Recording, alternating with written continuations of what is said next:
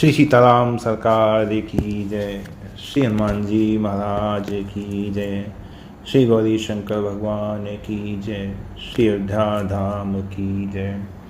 श्री सरयू महारानी जी की जय। सब संतन की जय, सब भक्तन की जय। जय जय श्री सीताराम। नाम जप तो हम सभी करते हैं, और नाम जप के विषय में भक्तों के दो प्रश्न अक्सर आते हैं कि नाम जप माला के साथ करना आवश्यक है या फिर बिना माला से भी कर सकते हैं, है ना। और माला से करना है तो फिर कैसे जप करना है।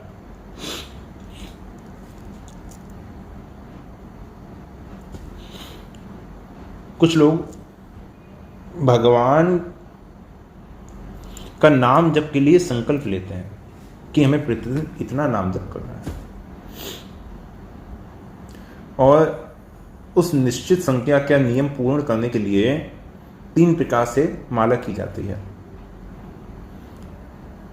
या तो तुलसी की माला से आप करें, या फिर कर माला हाथ माला से, या फिर समय के हिसाब से। समय के हिसाब से मतलब आपका जप इस प्रकार से होना चाहिए कि आपके 2 मिनट में एक माला हो रही है, 3 मिनट में एक माला हो रही है, एक माला तक 108। आपके जप की जो तीव्रता है, जिस प्रकार से आप कर रहे हैं, तो वो 108 कितने समय में पूरा हो जा रहा है।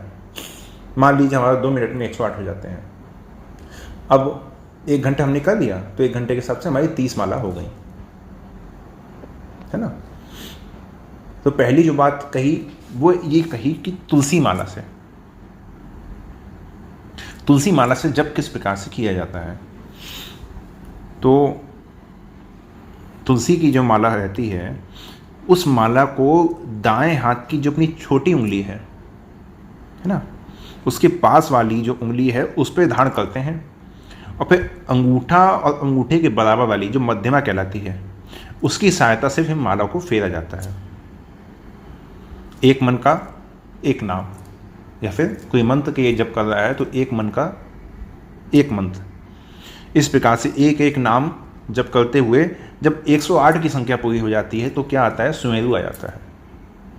जब सुमेरु आ जाए तो माला को मस्तक से लगाकर इष्ट देव को नमन करना चाहिए, उसी समय इष्ट देव को प्रणाम करना चाहिए। ये चीज़ मैं आपको पहले भी बता चुका हूँ। अब सुमेरु आ गया ना, तो सुमेरु का उल्लंघन नहीं किया जाता माला में। अब सुमेरु को इस ढंग से फिर घुमा लीजिए कि माला जहाँ पूरी हुई है वहाँ से फिर दूसरी माला आरंभ हो जाए। सुमेरु को लांघना नहीं है, वहीं से फिर रिवर्स उल्टा कर लेना है। जो भी माला से जप करते हैं उनके लिए जब गुरु मंत्र दिया जाता है तो विशेष रूप से ये सावधानी दी जाती है कि जब भी आप माला करें तो किसी झोली में या कपड़े से ढककर ही करें, है ना।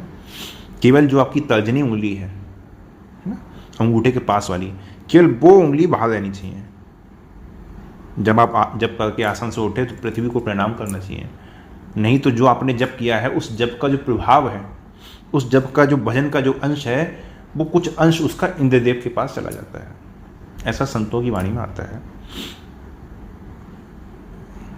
काम करते हुए माला अपने पास रखिए, काम पूरा हुआ अपना माला झोली निकाल ली और हाथ में लेकर फिर जप करना प्रारंभ कर दिया। अभ्यास इस प्रकार से बनाएं कि चलते फिरते, और यदि किसी से कोई आवश्यक बात भी करनी है तो बात करते हुए भी माला हाथ में ही रहे। अगर माला हाथ में होगी तो ये निश्चित है कि फिर जप प्रारंभ हो ही जाएगा, क्योंकि वो एक प्रकार से वो स्मरण करवा देती है कि भाई जप करना है ना। जब आप बात कर रहे हैं तो जिस मनके पे आप आए हैं उस मनके को वहीं रोक दीजिए, और बात पूरी हो जाए तो वहीं से अपना जप फिर प्रारंभ कर दीजिए। इस प्रकार एक एक क्षण का उपयोग करना चाहिए भजन में, है ना। श्वास श्वास हरि नाम जप, वृथा श्वास मत खोए, ना जाने इस श्वास का आवन होए न होए। क्या पता अगली श्वास आएगी नहीं आएगी। कई लोग प्रश्न करते हैं कि शुचि अशुचि, स्नान या बिना स्नान के भी क्या माला से जप कर सकते हैं या माला धारण कर सकते हैं। बिल्कुल बिल्कुल आप कर सकते हैं, है ना। माला से जो मंत्र है उसके जप को स्नान के बाद ही करना चाहिए, केवल मंत्र जप के लिए, नाम जप के लिए नहीं। नाम तो आप सूची असूची कैसी भी अवस्था में हो आप नाम जप कर सकते हैं, नाम को किसी भी अवस्था में जपा जा सकता है। रही बात माला की, तो भाई मन में शंका हो तो बिना स्नान किए माला जपने में दोष है तो माला छोड़ दो, है ना। और यदि माला के साथ में जप हो सकता है तो जितना माला से होता है आप कीजिए। यदि आपके मन में कोई ऐसी शंका है कि माला से करेंगे, स्नान नहीं किया है, दोष लग जाएगा, तो उतना जप आप बिना माला के भी कर सकते हैं। नियम तो ये है कि एक बार जब गले में कंठी धारण कर ली, प्रश्न कई लोग का आते हैं भक्तों के कि तुलसी माला को कब कब धारण करना चाहिए, कोई अपवित्र अवस्था में क्या निकाल देना चाहिए? नहीं, एक बार जब गले में कंठी धारण कर ली तो अब किसी भी अवस्था में इसको उतारने का विधान नहीं है। कोई मुर्दा है, मुर्दे से ज्यादा अपवित्र अवस्था किसी की होगी? किसी की नहीं होगी ना। कोई मरणासन व्यक्ति है जो कपड़े में भी मलमूत्र का त्याग कर देता है, ऐसे व्यक्ति के लिए भी ये नियम कहा गया है कि जो मरणासन व्यक्ति है उसके गले में भी तुलसी की माला या फिर मुख में तुलसी जो दल है उसको डालना चाहिए। चिता में भी देखिए तुलसी की जो लकड़ियां हैं उनको डालने का विधान है, शास्त्र विधान है। जब ऐसी अवस्था में भी तुलसी या फिर तुलसी की काठ का प्रयोग किया जाता है तो फिर माला जब हाथ में है तो फिर शौच और शौच का विचार नहीं करना चाहिए।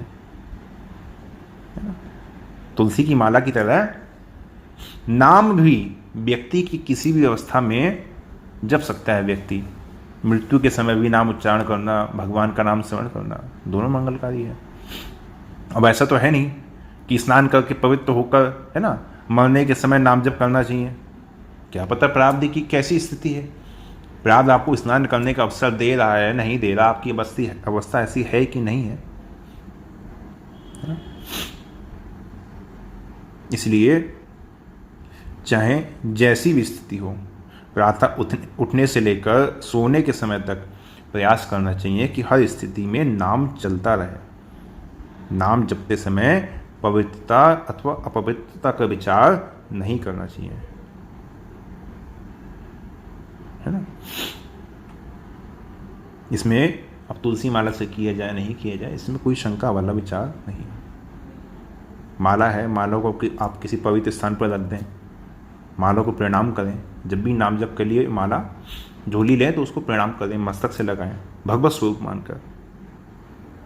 जब कोई काम कर रहे हैं तो आपने देखा है ना, लोग गले में माला झोली लटका लेते हैं, आप इस प्रकार से कर सकते हैं। लेकिन माला को ज़मीन पे नहीं रखना चाहिए, आप किसी खूंटी पे लटका दीजिए, है ना। माला ना हो तो आप जीवा से नाम जप कीजिए। ऐसा नहीं सोचना चाहिए कि बिना माला के नाम जप नहीं करना चाहिए। हम तो माला से ही करते हैं, हमारा माला का अभ्यास है, माला नहीं है अब हम कैसे करें? नहीं, किसी भी चीज़ के प्रति बाध्य नहीं होना चाहिए कि माला होगी तो ही जप होगा। नाम जप बराबर चलना चाहिए, है ना। तो ये तो हो गई तुलसी माला की बात। फिर कर माला, जो लोग हाथ से गिनते हैं, हाथ से गिनते हैं ना, हाथ में जैसे हमारे भाग बने होते हैं उंगलियों में, 1 2 3 4 5 6 7 8 9 10, है ना। अब इस प्रकार से उंगलियों पे गिनना प्रारंभ कर दिया, राम राम राम राम राम राम राम राम गिन लिया। हाँ, एक हाथ में कितने हैं? 10 हैं, 10 मान के करके देखिए या 9 मान के करके देखिए, उस हिसाब से आप संख्या मानकर उस प्रकार से नाम जप करिए। इस प्रकार से उंगलियों से भी नाम जप किया जा सकता है जब माला ना हो। ये माला की आपको लगता है कि हमें माला की आवश्यकता नहीं है, अपने हाथ से भी कर सकते हैं, तो उसको कहते हैं कर माला, हाथ माला से। उस प्रकार से भी आप कर सकते हैं, है ना। और तीसरी मैंने कही कि समय की माला, एक निश्चित समय बनाकर कि इतने समय में हमारा इतना यदि जप हो जाता है तो हमारा 1 घंटे में हमारी 30 माला हो जाएंगी, 20 माला हो जाएंगी, इस प्रकार से, है ना। जब हाथ से कोई काम कर रहे हैं उस समय अब ना तो हम जो है तुलसी माला है उससे जप कर सकते हैं और ना ही अपने कर माला है उससे जप कर सकते हैं। अब कैसे हो? अब जो हमारा नियम है वो कैसे पूर्ण हो? तो इसके लिए फिर समय की माला है, इसके लिए फिर समय माला का उपयोग किया जाता है कि 2 मिनट में हमारी एक माला हो जाती है, तो हमें 30 माला करनी है तो हमें 1 घंटा पर नाम जप करना है, 2 घंटे करना है। जब भी समय मिले शुरू हो जाइए, देख लीजिए हमने कितना जप किया सुबह से लेकर रात तक। यदि किसी का नियम है तो कुल मिला के आपका नियम पूरा हो ही जाएगा, आपको नियम पूरा करना ही चाहिए। अब नियम पूरा हो गया तो नियम पूरा हो गया, अब हमारे पास समय है तो क्या नाम जप नहीं करेंगे?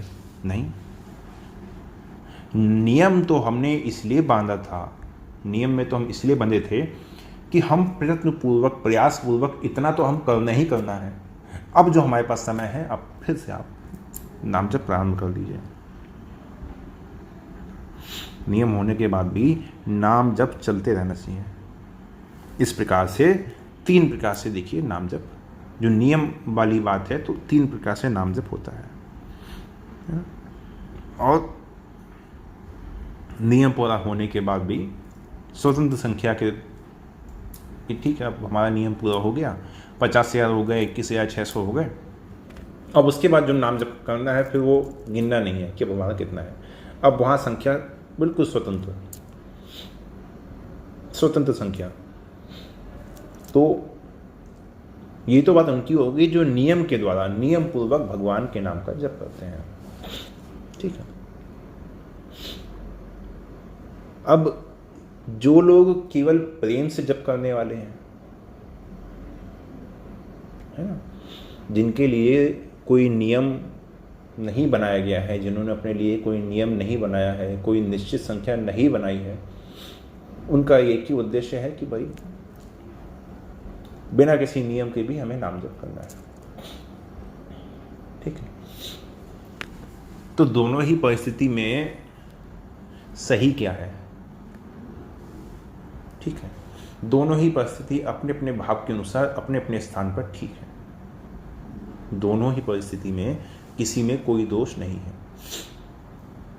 कमी कहाँ आ जाती है कि जिसने नियम बना रखा है कि भाई इतना मुझे करना ही करना है, यदि किसी दिन कोई आपत्ति का अवसर आ जाता है, कोई उसके दिन में व्यस्तता आ जाती है, तो प्रयासपूर्वक उतनी संख्या पूरा करने का प्रयास अवश्य करता है कि ये मेरा नियम है, ये मुझे किसी प्रकार से पूरा करना ही करना है।